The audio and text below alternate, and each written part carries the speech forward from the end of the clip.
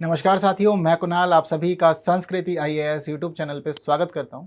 आज के current affair topic में हम लोग पढ़ने वाले हैं एक महत्वपूर्ण न्यूज़ जो डोमेस्टिक वायलेंस से संबंधित है। और बॉम्बे हाई कोर्ट ने जो व्यक्ति यहां पर आरोपी है उसको कहा गया है कि आप अपनी पत्नी को जो आपसे अलग रह रही है 3 करोड़ रुपए का मुआवजा देंगे। और सिर्फ इतना ही नहीं, 3 करोड़ रुपए का मुआवजा देना है, लेकिन साथ ही हर महीने गुजारे के लिए 1.5 लाख रुपए भी देने होंगे। यह आदेश दिया गया है। बेहद महत्वपूर्ण केस है। क्या है यह केस, क्यों दिया गया है यह निर्णय और क्या थी स्थिति, हर एक मामले को समझेंगे। साथ ही भारत के कानूनों को भी समझेंगे और देखेंगे गुजारे भत्ते के लिए देश में क्या स्थिति है हमारे यहाँ पर। तो न्यूज़ आप सभी को पता है कि क्या हो गई है। बॉम्बे उच्च न्यायालय ने कह दिया है एक व्यक्ति जो आरोपी है उसको कि देखिए आप अपनी पत्नी को 3 करोड़ रुपए देंगे। हालांकि देखने वाली बात यह है कि पत्नी ने डोमेस्टिक वायलेंस का केस एक ट्रायल कोर्ट में शुरू किया था। ट्रायल कोर्ट के द्वारा आदेश दिया गया था कि 3 करोड़ रुपए का मुआवजा देना होगा। अब जो व्यक्ति था, जो आरोपी था, वह इस पूरे मामले से, इस पूरे निर्णय से व्यथित हो गया।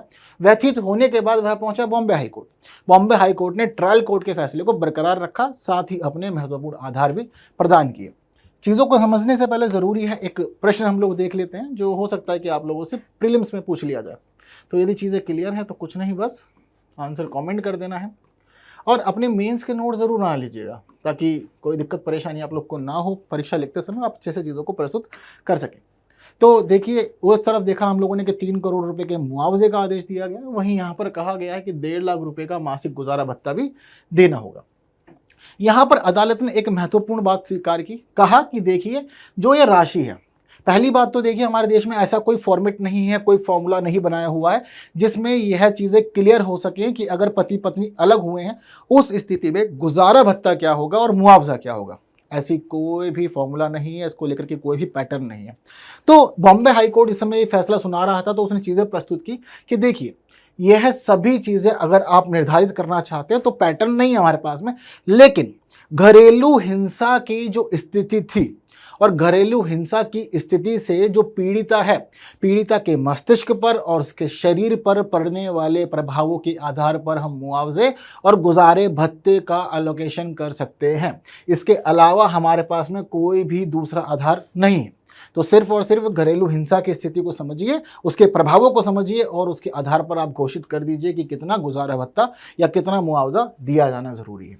यहाँ पर इन्होंने यह भी कहा है कि प्रभाव जो हैं, यानी कि जिस प्रकार से यह निर्णय दिया गया है, इस निर्णय में सिर्फ और सिर्फ घरेलू हिंसा के दौरान शारीरिक चोटों को ही शामिल नहीं किया गया है, बल्कि शारीरिक चोटों के अलावा जो पीड़िता है उसको जो मानसिक यातनाएं दी गई हैं, वहीं जो भावनात्मक परेशानियां दी गई हैं, इन सभी चीज़ों को रेखांकित किया गया है और कहा है कि यह जो कंपनसेशन है यह सब कुछ मिला करके है, किसी एक पक्ष को सोच के नहीं लिया गया है। क्योंकि जिस प्रकार लगातार कई वर्षों तक पीड़िता ने घरेलू हिंसा का सामना किया है, उस पर मानसिक प्रभाव पड़ा है, शारीरिक प्रभाव पड़ा है, तो सभी चीज़ों को समझना ज़रूरी है और उसके आधार पर ही मुआवजा बताया जाना ज़रूरी है।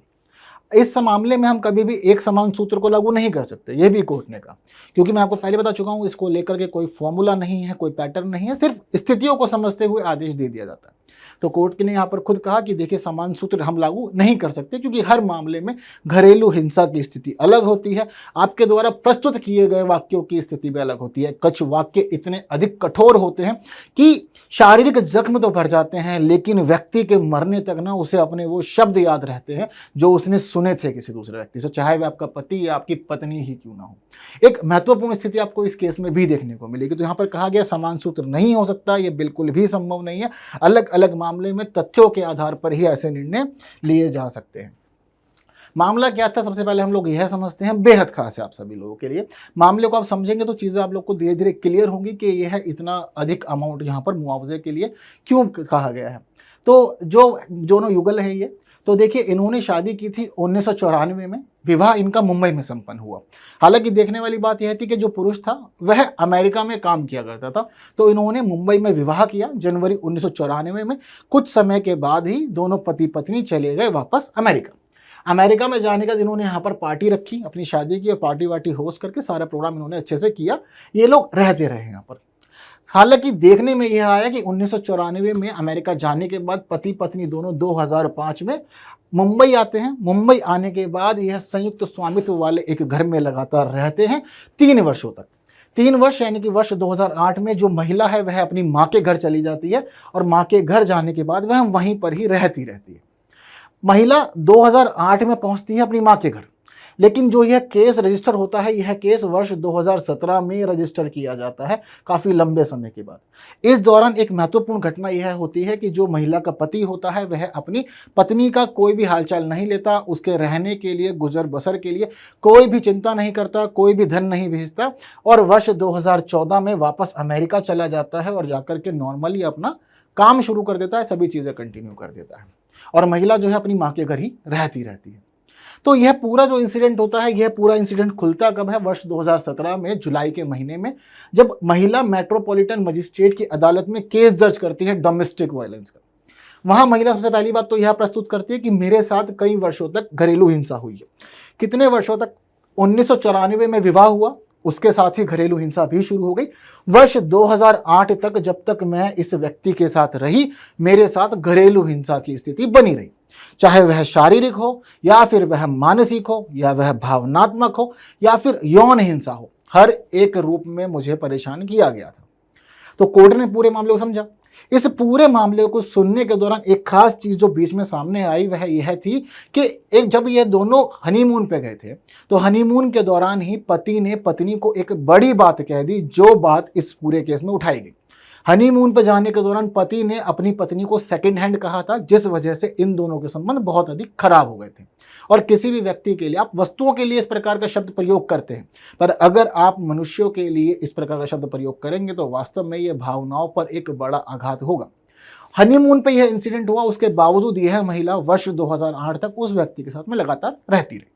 सिर्फ इतना ही नहीं हुआ, यहाँ पर देखा गया कि अमेरिका में जब रह रहे थे वहाँ भी घरेलू हिंसा हो रही थी और उसी के साथ साथ जब यह वापस मुंबई आए यहाँ भी घरेलू हिंसा बनी रही।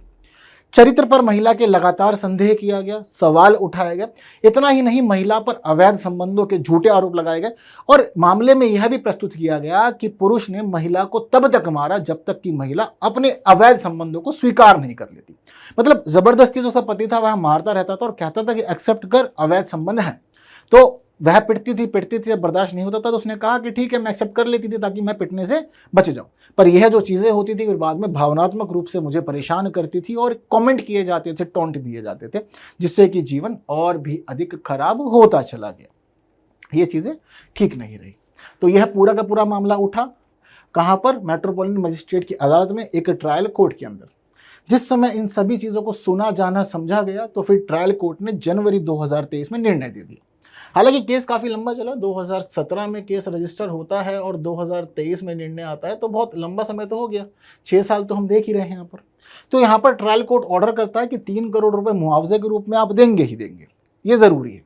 इतना ही नहीं, दादर, मुंबई के दादर में 1000 स्क्वायर फीट का एक रेजिडेंस भी आप देंगे, एक फ्लैट देंगे महिला के लिए, जो ज़रूरी है। जब तक आप महिला को उसके रहने का परमानेंट स्थान नहीं दे देते तब तक आपको हर महीने 75,000 रुपये आवास के किराए के रूप में अलॉट करना होगा, यह भी ज़रूरी है। इसके अलावा विवाह के समय या विवाह के बाद जितनी भी आपको चीज़ें स्त्रीधन से मिली थी, यानी कि जो महिला के घर से मिली या महिला ने आपको दी थी, अभी आपके पास ही है, वह सब भी आपको वापस लौटाना होगा।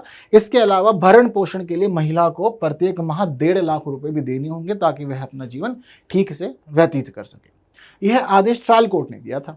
अब ट्रायल कोर्ट के इस आदेश के विरुद्ध ही व्यक्ति काफ़ी परेशान हुआ और पहुंच जाता है फिर यह हाई कोर्ट के अंदर। तो बॉम्बे हाई कोर्ट जब इस पूरे मामले को सुनता है तो वह साफ साफ कहता है कि देखिए, जो मुआवजा है वह मुआवजा किसी एक चीज़ के आधार पर नहीं हो सकता।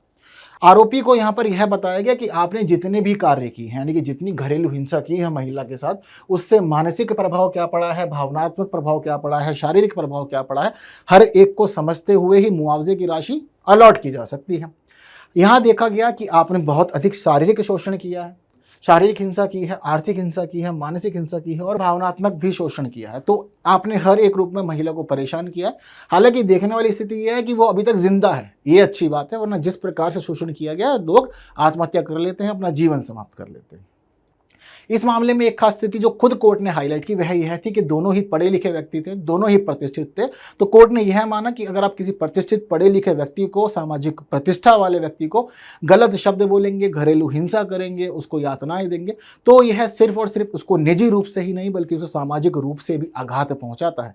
उसकी प्रतिष्ठा पर चोट पहुंचती है, उसके आत्मसम्मान को हानि पहुंचती है, जो कि बहुत ज़्यादा गलत है। यह सब चीज़ें भी नहीं होनी चाहिए, यह भी इन्होंने यहाँ पर एक्सेप्ट किया। तो इसी वजह से कहा कि ओवरऑल मामला जो है वह बिल्कुल ठीक है, ट्रायल कोर्ट का निर्णय बिल्कुल ठीक है, जिसको स्वीकारा जाएगा और व्यक्ति के लिए ज़रूरी है कि वह मुआवजा भी दे, घर भी दे, गुजारा भत्ता भी दे, सब चीज़ें ज़रूरी है। ट्रायल कोर्ट के फैसले को हाई कोर्ट ने पूरी तरह से एक्सेप्ट किया। तो यह पूरी स्थिति रही वो केस की, ये किस प्रकार का केस था, क्या क्या हुआ, कैसा कैसा हुआ। हालांकि बहुत सारे लोग सोच रहे होंगे कि राशि बहुत बड़ी है, लेकिन जिस प्रकार का आपका कारोबार होता है, जिस प्रकार की आपकी आमदनी होती है, उसके आधार पर ही कोर्ट सभी प्रकार के निर्णय देता है। यह जनरली हम लोग देखते भी हैं। हमारे देश में गुजारे भत्ता के लिए क्या आधार है और क्या कानून है, जरा एक बार इसको भी हम लोग समझ लेते हैं, महत्वपूर्ण है, पूछे जा सकते हैं। सबसे पहली बात तो देखिए यहाँ पर यह है कि जब कभी भी गुजारा भत्ता प्रदान करने की स्थिति होती है तो इसका अर्थ यह नहीं होता कि व्यक्ति को सजा दी जा रही है। दरअसल गुजारा भत्ता इसलिए दिया जाता है कि पति पत्नी अलग हो रहे हैं, तो उनमें से जो कमज़ोर पक्ष है, जैसे कि महिला जनरली होती है, कमज़ोर पक्ष होता है, घर संभाल रहे होते हैं, आपके पास साधन नहीं होते आय के, तो उस दौरान यह होता है कि जब शादी विफल हो गई है तो व्यक्ति परेशान ना हो जाए, वह उसका जीवन खराब ना हो जाए, वह गरीबी में ना चला जाए, वह परेशान ना हो इन सभी चीज़ों से, तो उसके पास एक ऐसा सोर्स हो जिसके माध्यम से वह जीवन व्यतीत कर सके। यहाँ पर सभी चीज़ें क्लियर हैं कि अगर आपका जो पति पत्नी है उसके पास अगर इनकम का कोई सोर्स नहीं होगा तो ही मुआवजे की बात होती है, गुजारे भत्ते की बात होती है, वरना ऐसी चीज़ें नहीं आती बीच में। हालांकि देश भर में इसको लेकर कोई स्ट्रेट जैकेट नहीं है, कोई फॉर्मूला नहीं है, बट स्थिति के आधार पर, कारणों के आधार पर, चीज़ों को समझते जानते हुए ही गुजारे भत्ता अलग अलग राशि के रूप में अलॉट जनरली किया जाता है। चीज़ें क्लियर हैं, बस इतना है कि दोनों का जीवन ठीक ठाक चलता रहे। कानून क्या कहते हैं, तो देखिए हिंदू विवाह अधिनियम 1955 यहाँ पर कहा गया है कि देखिए पति या पत्नी में से जो भी जिसके पास इनकम का कोई सोर्स नहीं होगा उसके लिए व्यवस्था की जाएगी गुजारे भत्ते की। हिंदू विवाह अधिनियम की धारा 24 और धारा 25 दोनों में ही चीज़ें मेंशन है। दोनों में कहा गया है कि अगर आप 24 में कहा गया अपना सोर्स नहीं है इनकम का तो आपको अंतरिम गुजारा भत्ता दिया जाएगा, ठीक है। इसके अलावा जितना आपका केस चलेगा तो केस के अंदर जो भी खर्चा होगा वह भी क्षतिपूर्ति के रूप में आपको प्रदान कर दिया जाएगा। ये चीज़ें यहाँ पर पहले ही क्लियर कर दी गई धारा 24 के अंदर। वहीं धारा 25 में साफ साफ कहा गया कि अगर आप अपने खुद की चीज़ों करने के लिए समर्थ नहीं है तो आपको स्थायी भत्ता भी दिया जाएगा। ये बात ध्यान रखिएगा कि स्थायी भत्ता और अंतिम गुजारा भत्ता दो रूपों में ये हम लोग देखते हैं जनरली। अंतरिम गुजारा भत्ता देने का अर्थ यह है कि जितने दिन आपका केस चल रहा है उस केस के दौरान आपको जो राशि दी जानी है वह अंतरिम होती है, यानी कि फाइनल नहीं होती, वो सिर्फ और सिर्फ केस के दौरान तक आपको दी जाएगी। जब आपका केस फाइनल हो जाएगा उसके बाद कोर्ट अनाउंस कर देगा कि आपको परमानेंटली यानी कि स्थायी रूप से कितना अमाउंट मिलेगा क्षतिपूर्ति के रूप में, तो वह फिर स्थायी रूप से आपको लगातार मिलता भी रहेगा। अगर आपके बच्चे हैं और बच्चे अगर महिला के पास रह रहे हैं तो सिर्फ और सिर्फ महिला का ही नहीं बल्कि बच्चों के लिए भी जो क्षतिपूर्ति या गुजारे भत्ते की राशि बनेगी वह भी दी जाएगी, ठीक है। कुछ और कानून भी हैं जैसे कि भारतीय दंड संहिता CRPC के सेक्शन 125 में भी भरण पोषण की बात की गई है। इसमें पति पत्नी, बच्चा या माता पिता सबके लिए ही मेंटेनेंस की बात की गई है कि सबको दिया जा सकता है। इसके अलावा घरेलू हिंसा अधिनियम के अंदर भी सेम स्थिति है। यहाँ पे कहा गया है कि अगर महिला अपना और अपने बच्चों का खर्च उठाने में सक्षम नहीं है तो पति उसको सब चीज़ें प्रोवाइड करेगा। वहीं साथ साथ दो रूपों में दिया जाएगा, अंतरिम या स्थायी। कैसे कैसे होता है मैंने आपको ये भी अभी बता ही दिया है, ठीक है।